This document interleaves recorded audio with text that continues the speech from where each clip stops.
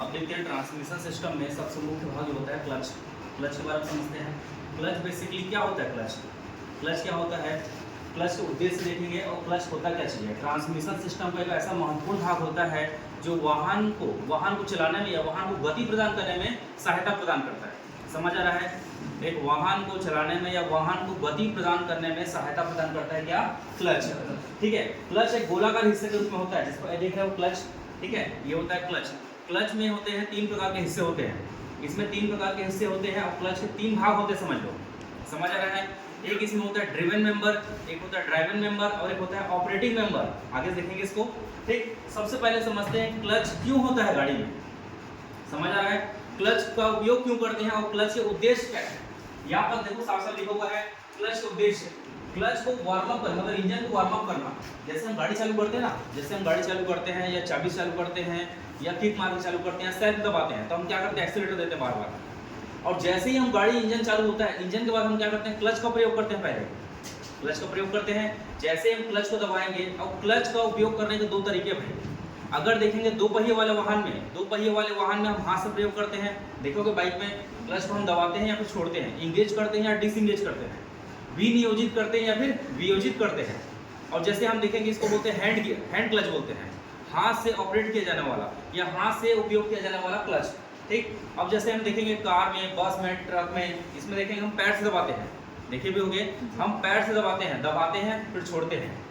समझ आ रहा है? मतलब सिंपल सा उपयोग इंजन को वार्म अप करना।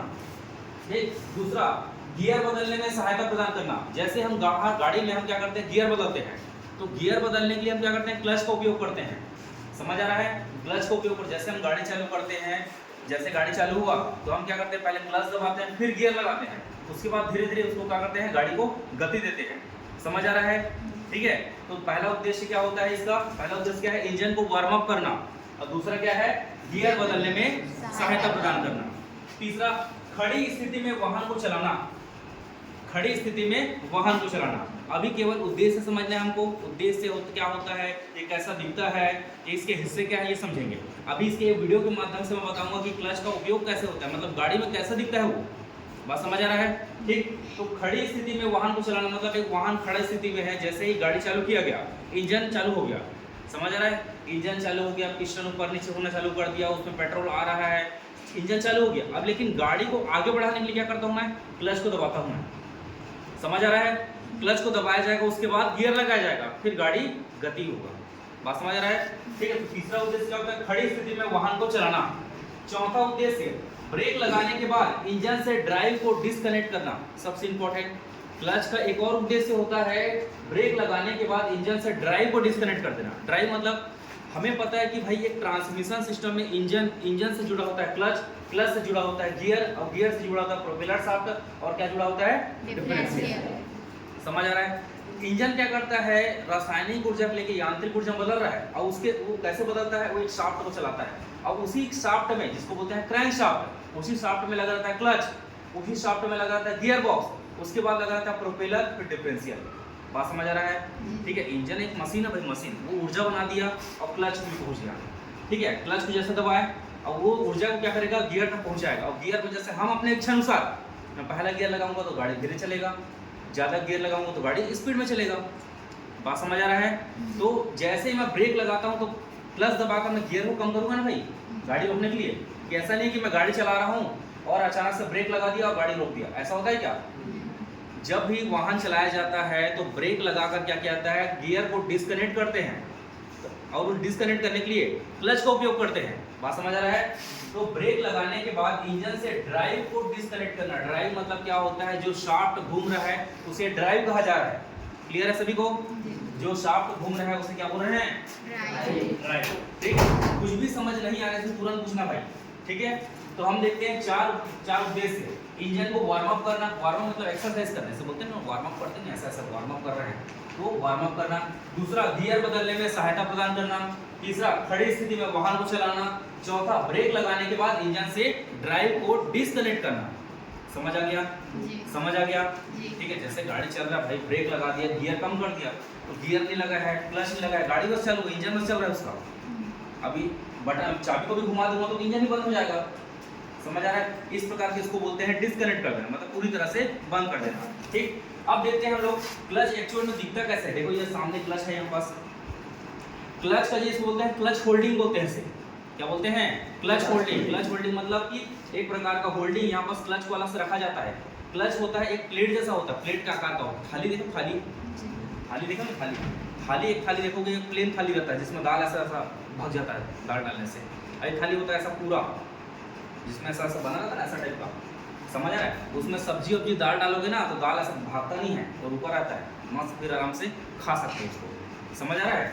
ठीक है, तो इस प्रकार का जो होल्डिंग होता है उसे बोलते हैं फ्लाईव्हील। इस प्रकार से फ्लाईव्हील होता है, फ्लाईव्हील। समझ आ रहा है? ये फ्लाईव्हील। अब इसके अंदर दो प्लेट और होते हैं, दो प्लेट और होते हैं। इसमें पहला प्लेट को बोलते हैं डिस्क प्लेट। क्या बोलते हैं? Disc plate. और दूसरा प्लेट होता है प्रेशर प्लेट। प्रेशर प्लेट मतलब दबाव प्लेट, प्रेशर। समझ आ रहा है? पहला जो होता है फ्लाईव्हील, देखो ये बीच में सब पे होल रहेगा, ऐसा गियर में भी ऐसे बना रहता है, इंजन से निकला। यही होता है ड्राइव, जो बीच में शाफ्ट लगा था, क्रैंक शाफ्ट, वही घूमता है तो सब पूरा गाड़ी को पूरा घुमा रहा है। वीडियो के माध्यम से पूरा क्लियर हो जाएगा। समझ आ रहा है? तो पहला जो होता है क्या, ये क्या होता है? ये फ्लाईव्हील। क्या है? फ्लाईव्हील। उसके बाद दूसरा जो होता है, दूसरा ये ऐसा क्या रहता है, ये इस प्रकार से रहेगा, इसको अंदर से लगाते जाएंगे, बड़ा बड़ा प्लेट रहता है, ऐसा लगा रहेगा। ये क्या होता है? Disc plate. और लास्ट में क्या होता है?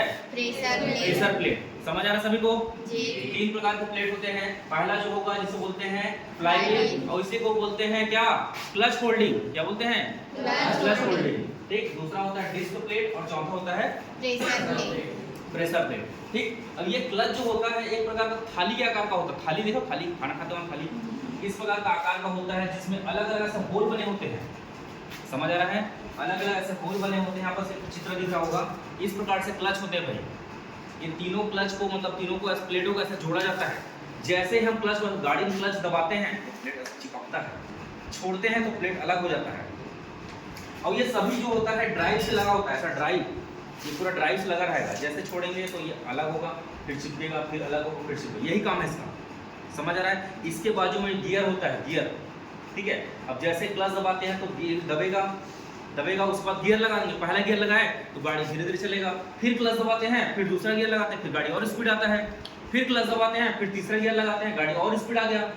लेकिन कभी हमको क्या करना, ब्रेकर आ गया या कोई कुत्ता बिल्ली आ गया, या फिर हमको क्या करना है, रोकना है गाड़ी को या ब्रेक लगाना है, तो ब्रेक लगाने से पूर्व हम क्या करते हैं, ब्रेक लगाने के बाद हम क्लच को दबाकर गियर को क्या करते हैं, कम करते हैं, जिससे वाहन गति कम हो जाता है। समझ आया सभी को? ठीक है, तो इस प्रकार से हम देखेंगे तीन प्रकार के प्लेट होते हैं। पहला होता है फ्लाईव्हील, दूसरा होता है डिस्क प्लेट, चौथा तीसरा क्या होता है? Pressure plate. Pressure plate. समझ आ रहा है? ठीक, अब यहाँ देखेंगे कि क्लच का क्या क्या आवश्यकता है और क्लच के हिस्से। सबसे पहले समझते हैं क्लच के हिस्से क्या है। तीन प्रकार के हिस्से बताया मैं, है ना? सबसे पहला वाले बोलते हैं ड्राइविंग मेंबर। ड्राइविंग मेंबर जो चलाने वाला है। दूसरा ड्रिवन मेंबर जो चलने वाला है। एक मैंने उस दिन में गियर बता रहा था, ऐसा प्रकार का गियर होता है, देखो ना ऐसा गियर में ऐसे कांटा लगा रहता है, देखो ऐसा कांटा लगा रहता है। ठीक है, तो मान के चलो हमारे पास गियर नहीं है अभी, ठीक है, ऐसा दो गियर होंगे, हाथ को समझो, हाथ को ऐसा, हाथ को समझ लो, ऐसा गियर है, कांटा कांटा, इसको बोलते हैं दांता, बोलते हैं दांता, टीथ होता है, टीथ, दांत होता है, दांत रहता है ना, तो वैसे ही इसका दांत है ये, समझ रहा? तो ऐसे प्रकार के गियर होते हैं, गियर। तो जैसे मैं इसको चलाऊंगा तो ये अपने आप इसको घुमाएगा ऐसे, मान के चलो ये बस घूम रहा है, ये ऐसे ही रखा हुआ है, इसके साथ जुड़ा हुआ है, तो इसको घुमाऊंगा तो ये इसके दांत को ऐसे पकड़ पकड़ ऐसे घुमाएगा। समझ आ रहा है? मतलब जो चलाने वाला होता है, मतलब ये चलाने वाला है, उसको बोलूंगा क्या? Driving member. क्या बोलूंगा? Driving member. जो चलने वाला है उसे बोलूंगा ड्रिवन मेंबर। वैसे ही क्लच में होता है, क्लच में वैसे ही होता है, एक होता है घूमता है, उसके चक्कर में बाकी सब जुड़े रहते हैं, तो अपने आप घूमते हैं। जैसे गियर बॉक्स में भी वैसे होता है, आगे पढ़ेंगे गियर बॉक्स, गियर बॉक्स में वैसे होता है, एक गियर लगाऊंगा दूसरा उसमें चिपकेगा, मतलब एक घूम रहा है, मतलब उसको सबको घुमाते जा रहा है ऐसा। वीडियो अगर हम देखे भी होंगे इस प्रकार का, ठीक है? तो गियर बॉक्स की तरह मतलब क्या होता है, क्लच के जो हिस्से होते हैं तीन प्रकार के, एक होता है ड्राइविंग मेंबर, एक होता है ड्रिवन मेंबर, और तीसरा होता है ऑपरेटिंग मेंबर। ऑपरेटिंग मेंबर जो पूरे को ऑपरेट करता है, चलाता है। बात समझ आ रहा है? ध्यान से समझने का कोशिश करो, जहां समझ नहीं आ, देखो ये चीज पूरा टेक्निकल टाइप का चीज है। बात समझ आ रहा है? ऑटोमोबाइल ऐसा नहीं है कि भाई कोई सूत्र है, कोई कुछ याद करने का चीज है, कोई परिभाषा है, ऐसा पढ़ लिया नहीं, यहाँ केवल समझने का काम है। जहाँ भी लगता है सर समझ नहीं आ रहा है, बिल्कुल पूछना है हम लोग को। क्लियर है?